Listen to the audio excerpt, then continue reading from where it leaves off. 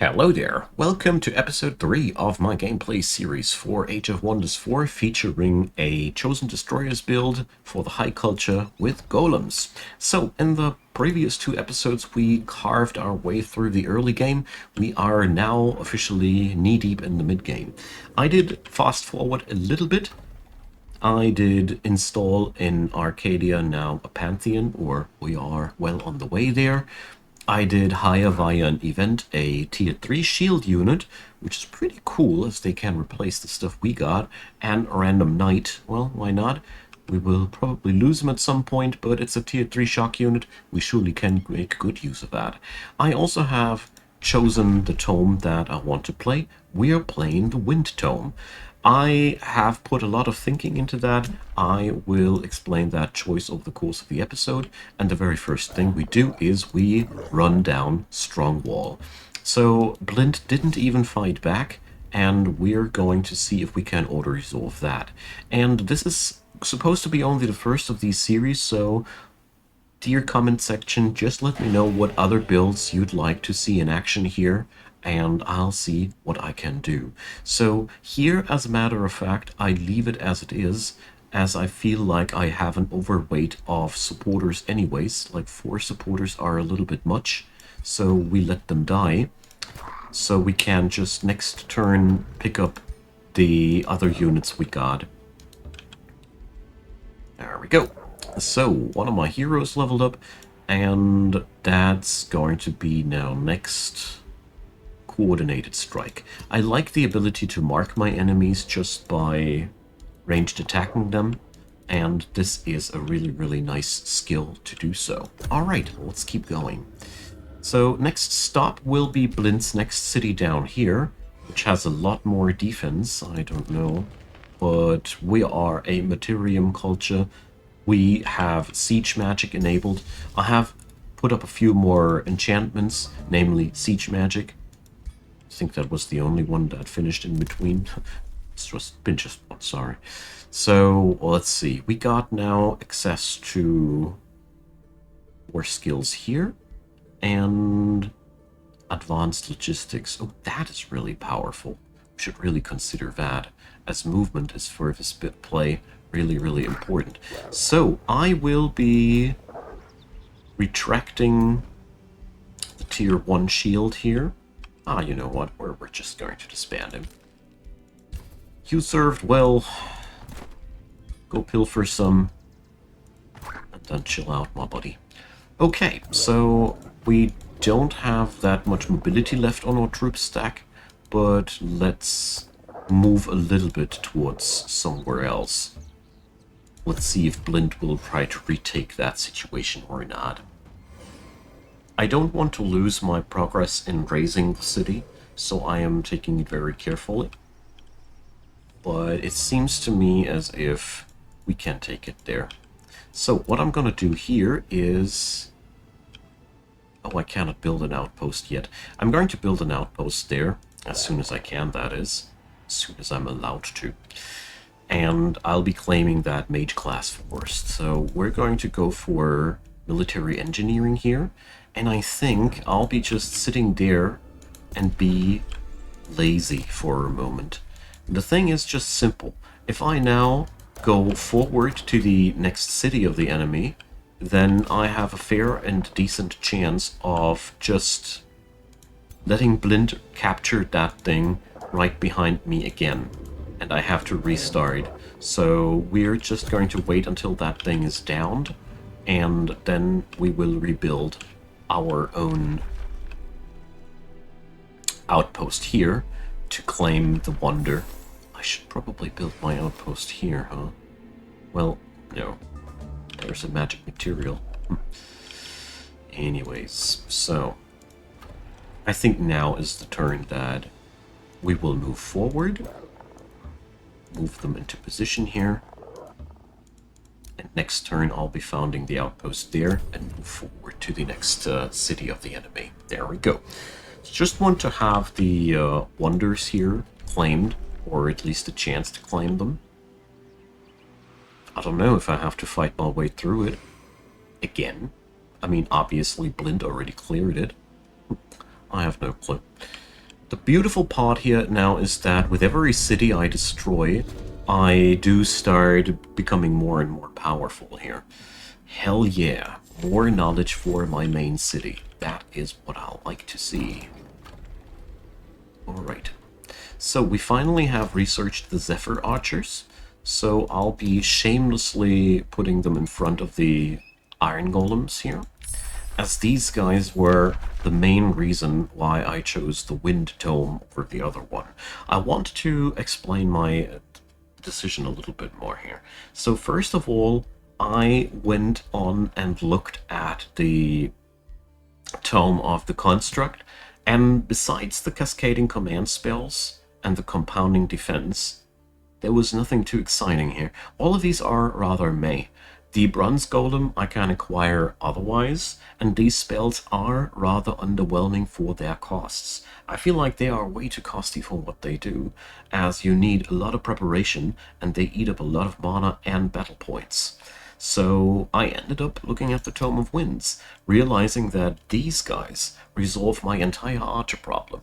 This will replace my measly tier 1 archers and make them powerful. Favorable Winds is a really interesting army spell, as it gives us the ability to move faster for one turn at least. It's really good for situations where you have to pull it through. And Dust Storm sounds like a really, really cool tactical nuke to me. And Avenging Winds is... I don't have that many battle mages. Pretty interesting too. I like Abducting Cyclone as well, to pull somebody up close who's stepping up too carelessly. And Wind Ragers are also massive. So all in all, I looked at this package and I was like, yeah, that's more exciting than another way of getting the same stuff I already have. So feel free to see that differently, of course, as this game has so many options that it's hard to say that this is the right way of doing it. Oh no, I'm foolish, I'm dumb. You saw what happened there, I forgot.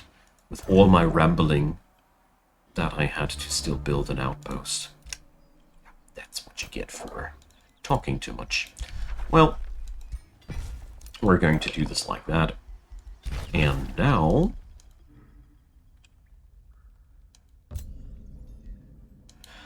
it's time to say hi to our friend Blind downstairs. There's an army stack moving on in.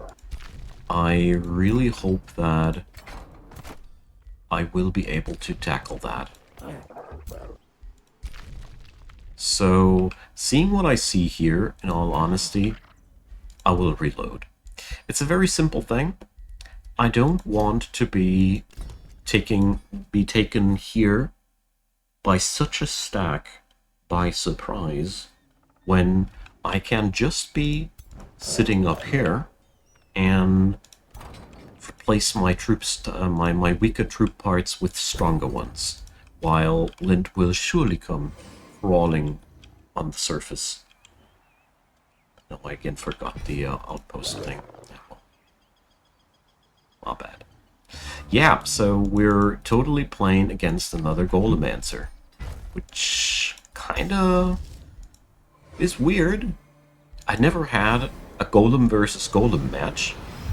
It's the first time for that. But yeah, I mean, it does work out, doesn't it? So we're going to take the wave conduit there. And my main interest now is that I want to have stronger archers here, at least a few, before I go downstairs. Because right now, the regular archers of mine are really one of the weak spots of my army, and I want to do something against that. At the same time, I think it's a smart choice to wait until this outpost here is finished, secure it a little bit, and I could also go for Florin. Although Green Talon seems to be the strongest enemy here on the board. Feudals, eh? So, what do we have here? A ton of golems. Zephyr archers. This guy is totally copying me. And we have the boss mole available too. So, In a situation like that, you can also cheese it by reloading another time and falling back a little bit. At some point, the AI will spread up itself in a way that will be highly beneficial for you. It's just a nice little trick that I regularly use to win combats like these. It could be very much the case that we're not able to tackle this. I don't know. These guys have a lot of high tier units now on them, and we don't, you know. It's basically exactly the situation we didn't want to have now that I think more closely about it. So, yeah. I misplayed it, obviously. I need to fall back to my homelands to actually replace my troop parts. That was a little bit of a derp of mine. Why is this guy so... What did these guys do? I bet they... Ah, yeah, now I remember. So we need to replay this part. I regularly do this, by the way, while I do my build videos, or prepare my builds, as it can be so easy to just misplay a tiny little bit that makes all the difference in this difficulty level, as you really don't have that much margin for error. And if this is the whole idea, to prepare myself better for that fight, it would be really foolish to stand up front there and just take the same fight I actually tried to avoid there. So, tell you what, I think one of the smartest things we can do is just fall back here and wait it out for a sec. So, let's slap down Dormant Enchantment. This is a serious power-up for all of foreign troops. And then we're going to slap that copycat. Copy mole, whatever. Let's see if he can pour out on the surface like that again. I know this is a little bit cheesy, but we are not playing Iron Man here anyways. Alright, let's see. Does Blind want to go into the counter offense? And this is just the thing that I keep abusing so much. As you see here, he screwed up. He's putting up his troop stack here with a super weak flank of a couple of heroes. I see the AI screwing up on that move so regularly. It's something you can rely on. This is something that will not happen if you are playing against a real person, right? A real person will do that mistake once against you, but never twice. This is cheesing and scumming and whatever, but you have to keep in mind here, we are fighting against an unfair advantage of the AI. So I don't feel ashamed the least little bit, and I would even recommend you to do the same at every point in the game, wherever you can, because this is the way how us puny humans beat the AI that has way more resources available. I mean, sure, you can't just play the game darn well, but ideally, you just do both. Alright, so that all being said, let's see how this fight will go. This is far from being an easy fight. This is actually the hardest fight this build has to overcome so far, as our enemy is now featuring a full roster of powerful units, but I can only say, so do we. Now, let's see how the thing goes out. I mean, on the other side, this flank that we're attacking is not at all super weak or anything. This is brim-filled with heroes, and heroes are always among the nastiest things that you can fight against, as they buff up their armies, they're full of nasty surprises skill-wise, and yeah, I loathe fighting against large stacks of high-experienced heroes, as there will be always some sort of a nasty surprise with these guys. So, we positioned ourselves up like that. Usual cluster, frontliners up front, and the archers in the center. The enemy buffs up themselves, we know that. Industrious AI does so always, but Industrious AI also does expose a couple of their troops, and that's what we've been waiting for. There we go. So, step 1, we're going to use our dragon today as a buffing tool. There we go. Big, fat, tactical roar. Tactical roar applied. Now, we're going to slap down the Twin Awakening now on the ranged units preferred. So we're going to go over our heroes and start awakening our archers. And start splurting out our summons, as these are the next very important part of our strategy. Our dragon heroes already used up his skill, so here we go. These guys are not in a range where we can properly attack them yet, so I gotta do some thinking about the situation now. We do have one combat summon. We have here a nasty cluster that is mostly composed out of melee. We have two tier 3 units. Here on this flank we have the heroes. So I think this is going to be the way more pressured flank, and we should totally play defensive on this side, play offensive on that side. Alright, so let's see what we can come up with here. So again, start awakening your troops. That's, by the way, why I think 3 Sun Priests are really kind of like a must-have. There we go.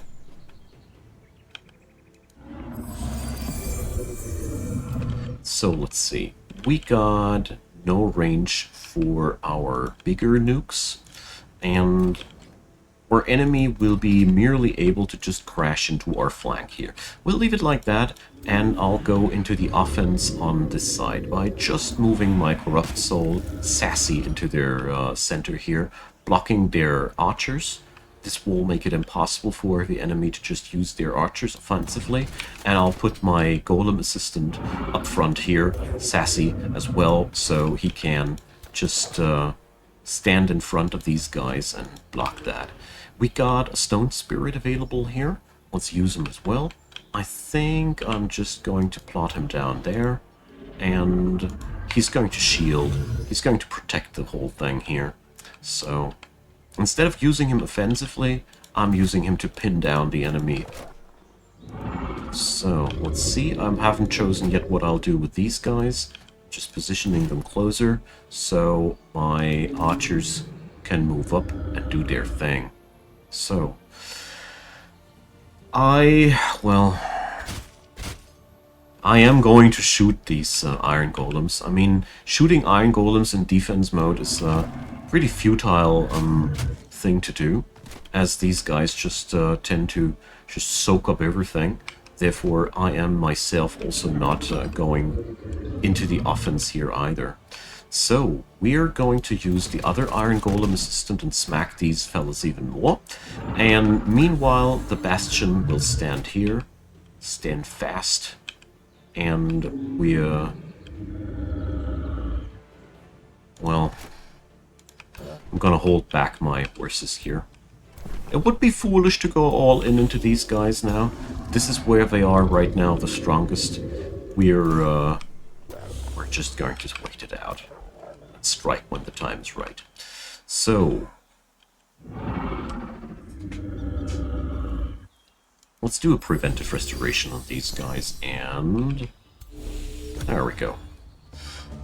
We almost didn't deal any damage at all to them, but there was also almost no opening for me that I could properly work with, and if there is no calculatable risk at all, I can only put up front things that I don't care about losing at all. And either way, as you see here, these Golem assistants, they die, but they don't mean a thing. They are meaningless units. They just do exactly what they're supposed to.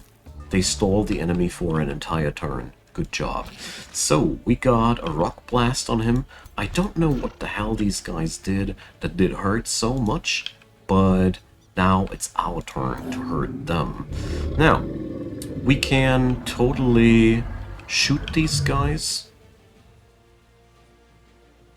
but I want to free up the range for my knights as well. So I'm a little bit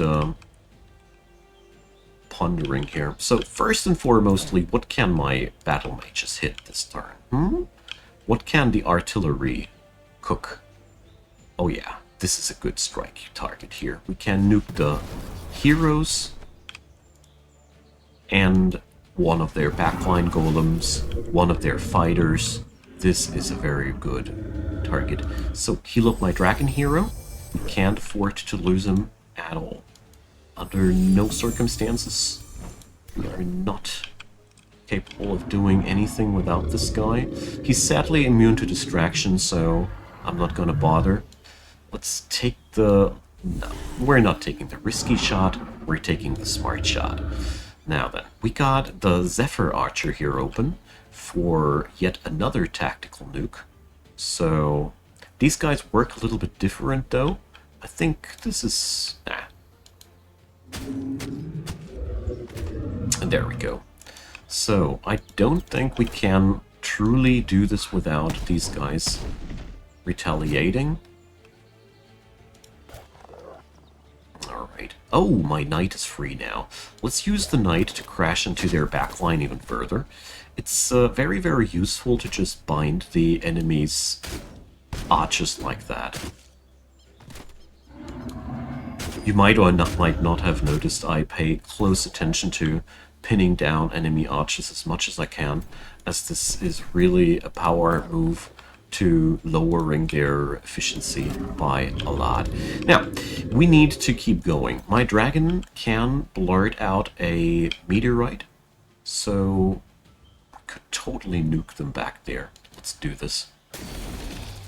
Right, we didn't freeze anybody, but we surely did deal a lot of damage. So let's do this like that. Yeah, let's put the regeneration spell on the front line. There we go.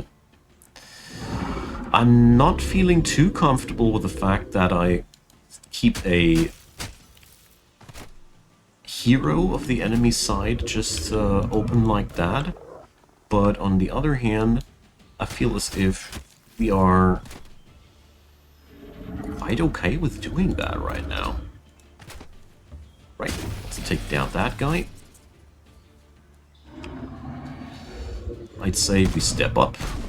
Whoa, that was way more damage than I anticipated. Whatever. Let's put up a weakening blow, and most importantly, let's see, we immobilized some. And I'll keep blocking their backline with my summon. Now, I don't want this guy to get killed, so we're going to use Mark of Invulnerability. That's a real fun little spell. Alright, they nuked my tier 1 archer. Well, so I don't need to disband them, I guess. Not bad. Alright, they had to kill one of my supporters. That's the very first thing that I really feel bad about losing, but we can just build another one of these guys. That's okay. Alright, so far so good. I don't want to send my Corrupt Soul at this guy, as he is now exposed as hell. We are going to use first our forces to take down this little guy. I used the tier 1 unit for the finishing blow, as the tier 1 units are always the ones that you don't care about that much. So defensive sweep. Oh, I see. That's what it does. Not sure where I want to go now. The only thing I am sure about is that I want to move this guy up front here and do a little bit of a hobbit swing here, as this is just a tasty, tasty target. Now, we have tons of awakened units here. Love to see that. Ow. These guys are not awakened yet. So, let's check. Can we easily take down these guys somehow? Well, I think so. We're going to tail slap. There we go.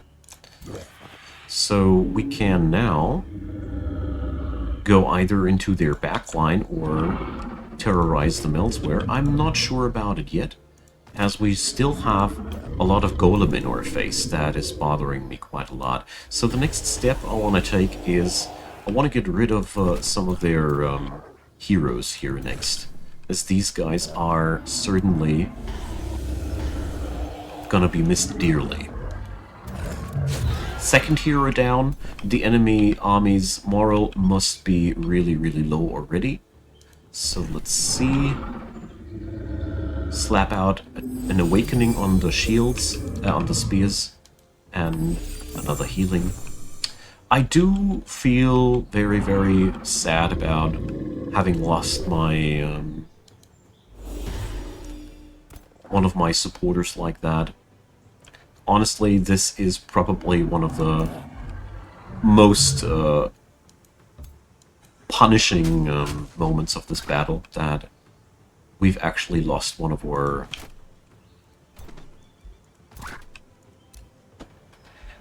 supporters. So we got our knight here still acting, the stone spirit has still actions, the corrupt soul.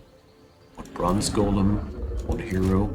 So at this flank we don't have that many actions left over. So I'm gonna move my bastion here, and I see. We're going to slap these guys. And I'm gonna take the punishment here from the golems, but I'm gonna bind these guys. And here we're going to bind their supporters.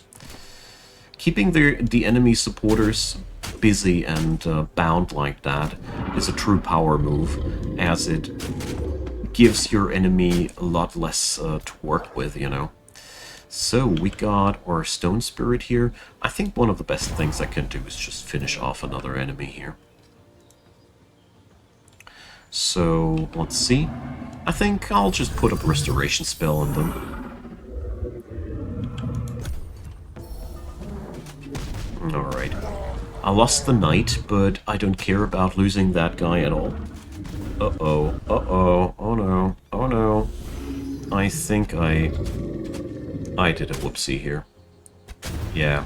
So this is really super annoying when that happens. So basically, we have to restart the entire battle now.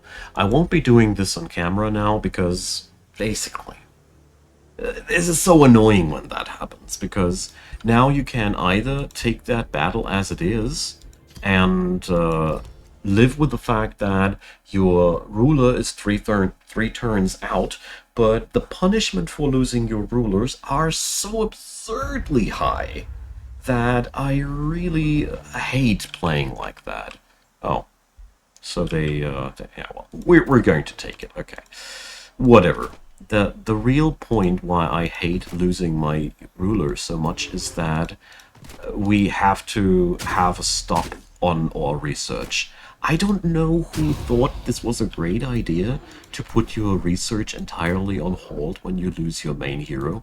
I just feel like it's such a dumb move. This is one of the things that I really hate about this game, as it does provoke me only to one behavior: cheesing the hell out of any lost hero unit whenever it happens, because it's just so darn crippling that under no circumstances ever you want to have lost your main hero. And I don't know, this is just way too hard hitting, if you catch my drift. I feel like if just the research would just run further, I wouldn't deem this as such a massive, oh no, I need to reload event. But as it is right now, well, I feel really pissed about the fact that I can't load back to the start of the fight now. But, well, you get my idea. It is what it is. It's not that super terrible. You lose just a couple of turns. But, yeah, it's just like... I find it extremely annoying to lose so much progress only because I misplaced one unit for one turn too much. And especially considering the fact that you even get frickin' hero resurgence if you play it in auto-resolve. You know, if they die in auto-resolve, you get them back for free. I don't know. Anyways, this is what it is. We are going to suffer here through a couple of losses, as you see, as the enemy golems hit hard and relentless, and they don't flee. Golems are stupidly overpowered, in case you didn't notice already. I really feel like, well, how to put it, I don't really know what the hell the devs here were thinking when they reworked the golems like that, because it is right now at a point where, no, I should put it differently. Golems already were stupidly powerful, like always. The gold golem is one of the most powerful units in the game. It's probably the most powerful tier 4 unit you can get, tier 5 unit out of tier 4 tome you can get. And, well, you see here the consequences of playing against a golem build. I always dread playing against that, because it just takes forever. They have so many unfair advantages and such little disadvantages. I mean, you gotta see here, we're playing a build which is actually supposed to counter these guys via spiritual damage. Because, you know, spiritual damage is good against these.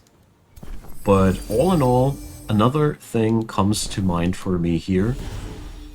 Even if things look pretty crappy right now, we are playing into a mirror situation, in brutal difficulty, in Chosen Destroyers mode, and we're winning it. So to say, we are in a worst case scenario and still swimming, so I don't feel too bad about that. Yeah, here we go. Or is research now no longer disabled? No, here, you see. Your leader is in the astral void. You cannot research. I hate this. Seriously, I find this such a dumb limitation. I can't put it into different words. So, well, whatever. It is what it is. Let's see if our brave heroes can auto-resolve this. Well, they can, but only with losing one of our tier 3 halberds. But I'll tell you what, I am tired of micromanaging and managing every single one of these fights. We're going to accept a loss here, and we're going to use experienced leader to use to retrain these units. So we got ourselves through this fight, and we won it. I really hope that the AI doesn't have another one of these armies up their sleeve, but usually they don't. Usually there's only one of these doom stacks, and then you can just plow through the rest. My main hero will come back soon. Obviously the archers here are not meant to retire yet. We can use the extra troops we got there, and we're just losing 3 turns of research, but like I said, I find it quite aggravating that the research gets lost. It's already bad enough to have lost your main hero, but whatever. Now, let's pump out another Zephyr Archer while we are replacing troops. We might as well get it done properly. And we can gain now another siege project slot. This is really, really good. This is what I like to see. We need to research another one of the siege projects, but we'll be getting there. So,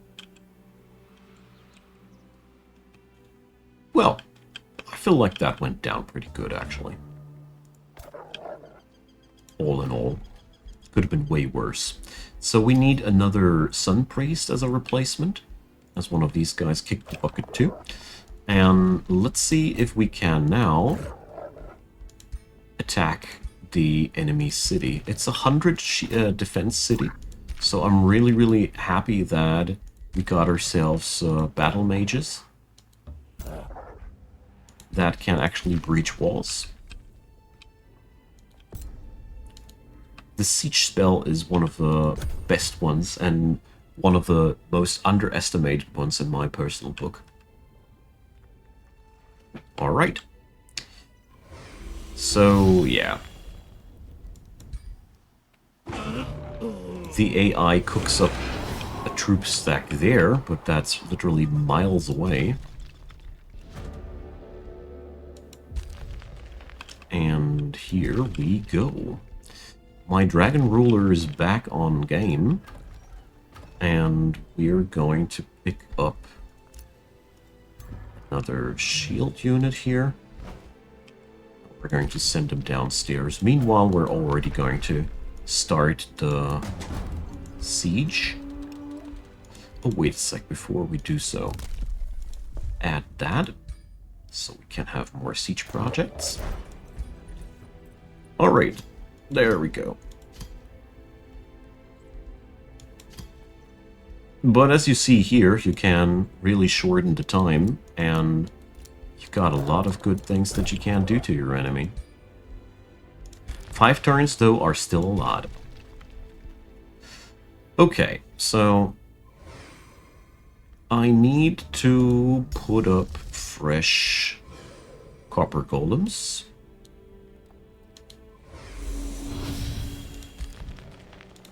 Because like I said, you should always have a full troop stack at your disposal. Okay, so this is a very, very damnable situation to be in.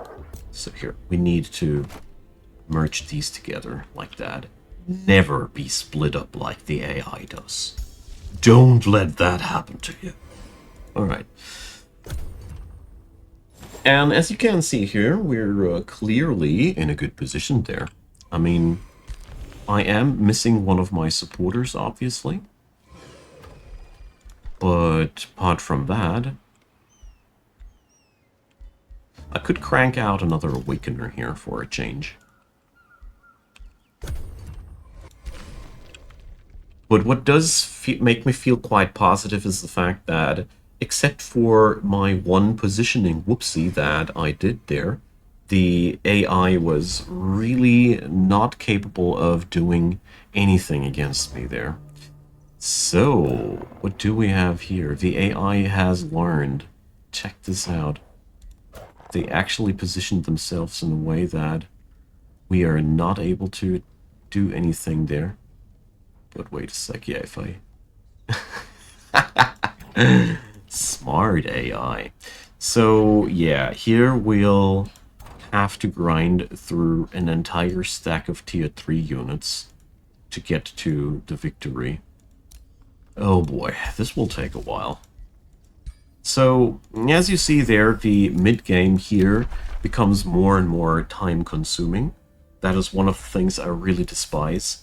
And I think, well, we've been through one of these situations already, so I don't think I need to record this yet another time, because I can already foresee that the AI will now crash into my face with that 18 troop stack, and it's gonna take a while. The thing is just, these guys are not that super dangerous in terms of oppressiveness.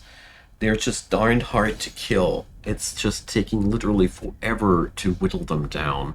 I mean, yeah, they got here a lot of tier 3 stack units, but so do we. And all in all, well, yeah. We can't do this as an auto combat because that will fizzle immediately. And probably we need to backtrack a couple of turns because I cannot fight this back at the current situation. But yeah, this is, by the way, one of the reasons why I don't play through situations like these too often on my own, because it just takes so darn long, and these fights, they boil down to the same and the same and the same. But here, I gotta say, this run is hilariously bad-lucked. Like, there has been literally no weak target for my strategy so far, and it might be even smart at this point to reload back to the point where we were a couple of turns before, offer peace to Blind, and declare war on somebody else, so I don't have to face those golems that are so impervious to pretty much everything you do. That is just outrageous. I really hate that game, that there are, well, how to put it? I really hate playing against the Industrious AI in general, as it's one of the most boring slogs ever. Anyways, I'll be back in the next episode, and, well, I will go from the transition to the mid and late game there, because, you know, it'll be just more of the same, more of the same. Here, this fight is, though, pretty interesting, and I think I want to backtrack, and I don't want to fight this one, as this is so darned annoying to fight this, and will take so long that I'm really tempted to not do it at all. But, well, I'll see how it plays out, and next episode we're going to talk about the Tier 3 strategies and what we can do there. Golem builds are, after all, getting stronger and stronger the longer you play them.